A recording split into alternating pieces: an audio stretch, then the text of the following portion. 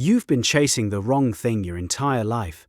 And the worst part is, you don't even know it yet. You wake up trying to fix the bank account, the relationship, the body in the mirror, the job that drains you, and you call that working on yourself. It isn't. You're rearranging shadows while the lamp stays exactly where it is. By the time this script ends, you'll see the lamp. Over 100 years ago, Charles Haanel wrote something in the master key system that most people read once and completely miss. He said the world without is a reflection of the world within, not a metaphor, a mechanical law. The conditions in your life, every single one of them, are effects.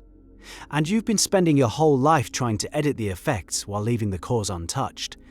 Think about what that actually means for a second. The pile of bills, the argument you keep having with the same person in different bodies, the career that feels like wearing someone else's coat. You treat those as the problems. Haanel would tell you they're the receipts. The transaction already happened, somewhere upstream. So where's upstream? Your inner state, your dominant mental attitude, the thoughts you let live rent-free in your head every day, the assumptions you make about yourself before your feet even hit the floor. That's the cause. Everything else is the printout. Here's where most people get stuck, and I want you to feel this honestly. You'll read that idea and nod. You'll say, yes, mindset matters. Then you'll close the book and go right back to obsessing over the conditions. Why? Because conditions are visible. They have edges. You can point at them. The inner cause is invisible, and the human nervous system is allergic to fighting invisible things. But invisible doesn't mean weak. The wind is invisible. It still moves ships. Haanel's whole framework rests on something he called the law of correspondence, the idea that the outer must match the inner, always, with a precision that's almost uncomfortable. If your inner world is dominated by lack, the outer world is contractually obligated to deliver lack, not as punishment. As reflection, the mirror has no opinion about what it shows. And here's the part that should stop you cold. Most of the people you know are spending 8, 10, 12 hours a day rehearsing the very conditions they say they want to escape. They talk about the debt. They scroll through reminders of the ex. They mentally replay the meeting where they got passed over. Every replay is a vote.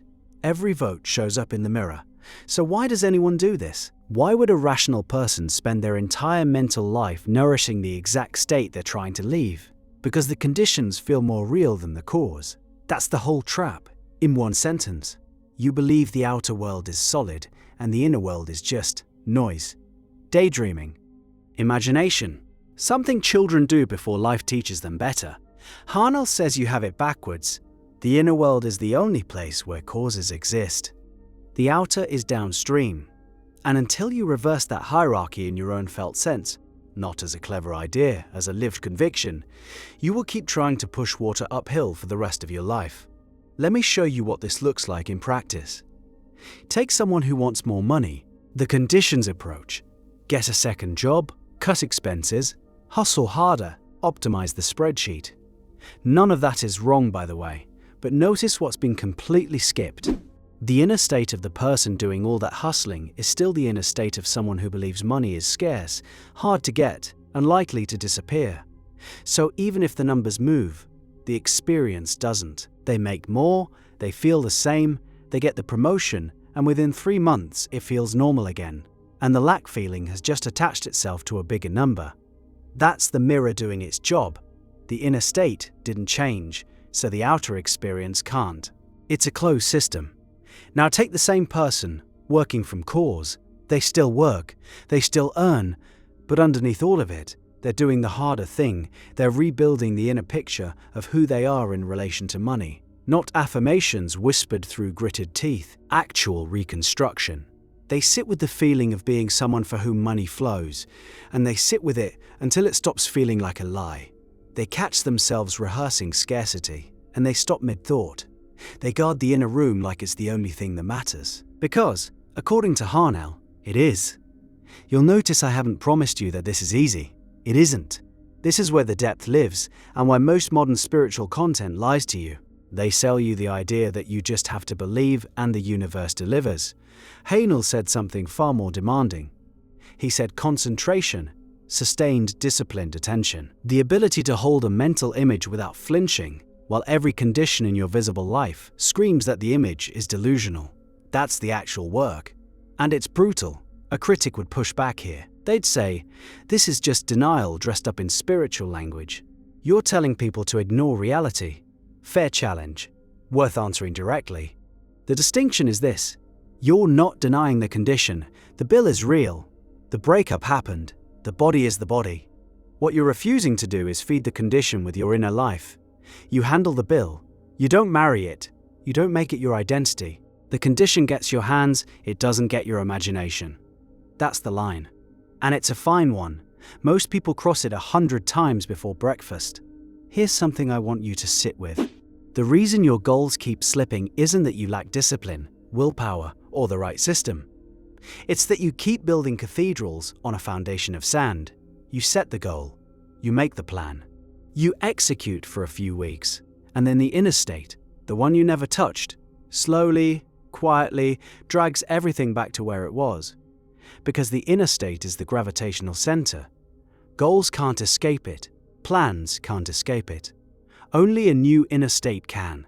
This is what Haanel meant when he said that the within is the cause and the without is the effect. He wasn't being poetic. He was describing a mechanical relationship as exact as cause and effect in physics.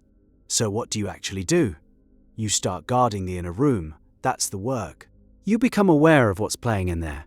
The running monologue, the assumptions about yourself, the silent verdicts you've passed on your own life. Most of it isn't yours. You inherited it from parents, teachers, the kid who said something cruel in 7th grade, the boss who never saw you. You've been broadcasting their station for decades and calling it your personality. Change the broadcast. Not by force, by concentration. Haanel recommended sitting still, just sitting, daily, long enough to feel how loud the inner room actually is. Most people have never been quiet enough to hear it. They keep the noise on so they don't have to face the broadcaster. But you can't change a station you refuse to listen to. Once you can hear it, you can choose. And the moment you can choose what plays in the inner room, you've taken hold of the cause. Everything downstream starts to shift. Slowly at first, then in ways that look from the outside like luck. It isn't luck. It's the mirror catching up. There's a quiet version of you that already knows this. That version has known it for years. It's the part of you that gets tired of self-help books, tired of new strategies, tired of chasing the next external fix because some honest layer underneath suspects the whole game is rigged from the inside out. That part is right. Listen to it. The conditions in your life right now are not your problem. They're your report card. The grade was issued by an inner state you've been running on autopilot since you were a child. You don't fix a report card by arguing with the teacher. You fix it by changing what you study. So what are you studying? What thoughts are you running today, right now, while you listen to this? What assumptions about your future are quietly rehearsing themselves in the background of your mind?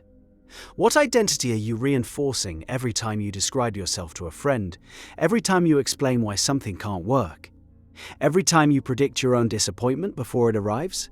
Those are the causes, all of them, and you have more authority over them than you've ever exercised. Here's the part I want you to take with you. Haanel believed, and 100 years of people quietly applying his work seem to confirm, that the moment you genuinely reverse the hierarchy, the moment you treat the inner as primary and the outer as a delayed echo, your life starts moving on a different axis, not overnight. The mirror has inertia. It's been reflecting the old state for a long time, and it takes a while for the new state to register on the glass. But it does register. Always. The choice in front of you isn't between two strategies, it's between two entire orientations of being. One spends every day rearranging effects and wonders why nothing fundamental ever shifts. The other tends the cause and watches the effects rearrange themselves, sometimes in ways that feel impossible to explain. You already know which one you've been living. The honest question is whether you're tired enough of it yet to switch. Stop polishing the reflection. Walk back to the lamp. That's where you've been standing this whole time.